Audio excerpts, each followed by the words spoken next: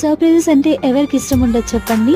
ఎవరికైనా సర్ప్రైజ్ చేయాలంటే ఎంత ఎగ్జైటింగ్గా ఉంటానో, నాకు ఎవరైనా సర్ప్రైజ్ చేసినా కూడా అంతే హ్యాపీగా ఫీల్ అవుతాను.